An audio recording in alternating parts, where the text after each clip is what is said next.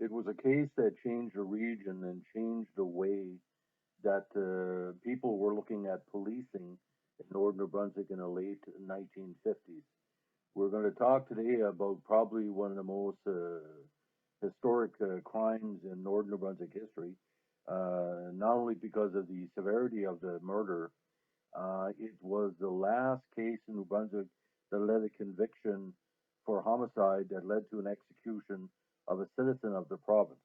And we're going to talk in very, very uh, intense terms about the Joe Richard murder case. But just beforehand, some of the content I'm going to be going over might be not appropriate for all ages. And if you're squeamish about certain things like that, please do not continue with the podcast. But I'll try to be as respectful I can to the deceased family and to the individuals in the region that were impacted by the crime.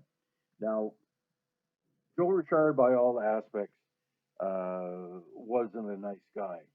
Now, in what it was called at the time, New Charlotte, New Brunswick, northern part of the province, Joseph Richard or Joseph Pierre Richard, who was originally from the Acadian coast, was not considered a very nice guy. He had committed numerous crimes during his 29 years on Earth, crimes that basically were ones that drew attention from the citizens um, about the fact that he was a loose cannon, or as we like to say, North Shore was a bad pup.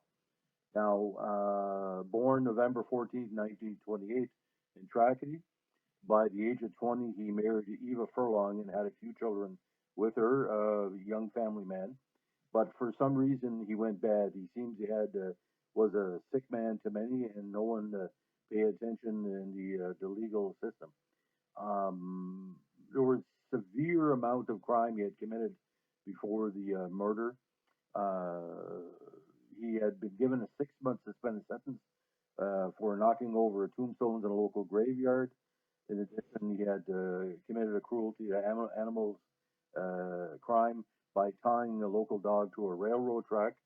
Now, he had just gotten out of jail in the months previous when he shot a cab driver in Campbellton, but didn't kill him. It led to an attempted murder charge, which proceeded to give him a few months in jail. He allegedly engaged in a variety of other crimes, but he something was up.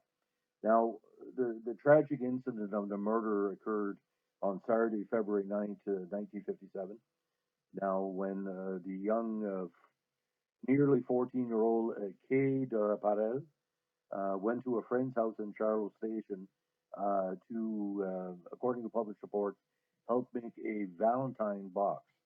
Now, according to an investigation by the police, at 10:30 p.m., she left for her friend's house, which was near her home, and never to be seen alive again. Now, according to information provided by the Crown at the time, she did stop at a local dépanneur, convenience store, to buy some candy on the way home. Some people say it might have been peanuts or it might have been something else, but it doesn't really matter. She had somehow Joe had seen her or may have seen her, and for some reason something snapped. Um, there was no indication of direct criminal evidence of Joe Richard. Buttons from Richard's jacket were found at the scene or similar to it. Some forensic evidence was at the scene, but there was no DNA back then. But allegedly, some of the body hairs from Joe Richard matched the body of the hairs found near the deceased body.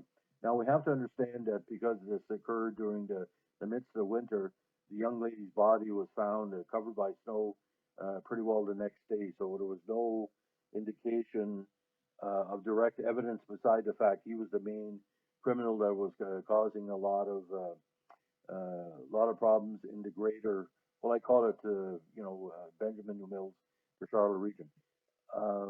All fingers were being pointed to him. He was arrested. Now, during the presentation of evidence, there was enough for the Crown and the jury to determine guilt, and he was found guilty. But he was given a retrial on a technicality, but was convicted on a second time on October 4th, 1957, and sentenced to death in the Dalhousie prison. Now, the execution itself was was one in that in the minutes or hours leading up to the committing of the sentence, he confessed to the murder. Now, the whole situation of the Joe Richard murder, um, and these last words, according to people that witnesses were there before the hangman's hood was placed over him, he said, "I hope God will forgive me." Now, we're getting a lot of box executions at the time. In this case, he was hung for what was considered excessive amount of time for about 13 minutes before Dr. Benedict Poitier gave the order to cut him down because literally under British common law at the time, which Canada followed, it was hung by the neck until dead. Um, if if the whole case would have been post Constitution, there would be DNA evidence. There were probably more bore by counsel. But we're getting into an occasion across Canada, especially in New Brunswick, execution was being used less and less. And of course, the big controversy at the time was the ongoing, or soon to be ongoing controversy about the Stephen Truscott case, where what was found to be an innocent young boy, I think of the age of 14 or 15, was tried and convicted for murder, and was on Canada's death row. But with the Joe Richard case, the most of the people who followed the case, most of the people who were there for the trial. My dad told me there was many people that were witnesses at the trial and witnesses to some of the information that was presented in the local newspapers. It was a cause célèbre, as we say back in the day. When someone dies in this manner, it leaves some questions people would another. Did Joe Richard have a penchant for lashing out? Was he out going out of his way to hurt people? Was he mad at something? We really don't know. No young person that's just on the cusp of life, be it at the time, some of my contacts said she was a Pat Boone fan, that she was a fan of Hollywood, young musicians, young stars. She had a right to a life like any other young person. But to have it happen in Northern New Brunswick, if you ever been to the Charlotte, well, I call what's now the Shore Local Service District area, I'm a resident of that greater region. We're very easygoing, we're very nice people, and we don't point fingers unless someone does something we're scared of. There was enough around to let people know that Joe Richard was dangerous, or is what we call now a dangerous offender, because the legal system didn't work to the advantage of the common citizens or the law-abiding citizens. Young girl paid with her life for this.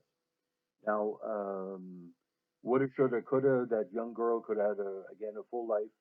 I know relatives of the deceased still lived in the Charlotte region for quite some time, and the legacy of that to know every day their young child, cousin, family member, friend were never coming back. That's a tragedy, many thousand times over. I mean, to lose someone at the height of their life, especially like that, for no reason. It wasn't like he was angry at the young lady. It wasn't that he was, could get monetary gain. It was a cruel and vicious murder, and anyone that covers or follows murders like I have through the year, I've been an investigative reporter.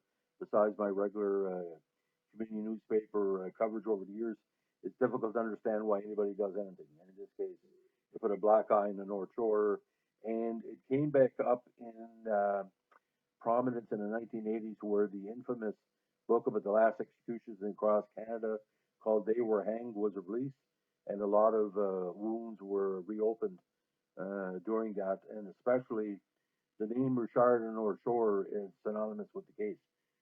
There's a lot of great members of the Richard family throughout the Northern New Brunswick, and sometimes over the years, the last name of Richard had a reputation of being connected to this individual, and that's unfair. because just a last name should not be a sentence of what I call disrespect or lack of understanding for a long while. So if you have a chance, there's various websites that have information on the case a little bit more depth. If you have to have a chance, if you can find a copy of They Were Hanged, most major libraries in the province might still have an archive copy at the libraries, especially in North Shore.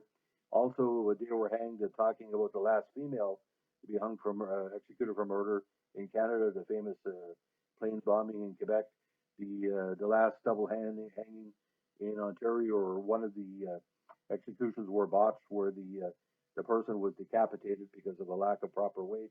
You see, under British common law, you can't use anything but hanging, and actually, all these cases led to, besides Trescott, led to the abolishment of the death penalty, which was only actually officially taken off the books in 1976. So it was a long time coming. Anyway, thanks for listening. And again, I'm sorry if some of the details in the podcast were a little bit heavy, but like I said, you cannot refute the history and the impact of what the Joe Richard case did. If anything, it brought more attention to better police work and better, what do you call, investigation to repeat offenders or whatever. We've had murders since, obviously, since the Joe Richard case, but we look out for each other in North Shore. And I feel sorry I wasn't alive to look out for that young lady, for any members of my family to look out for.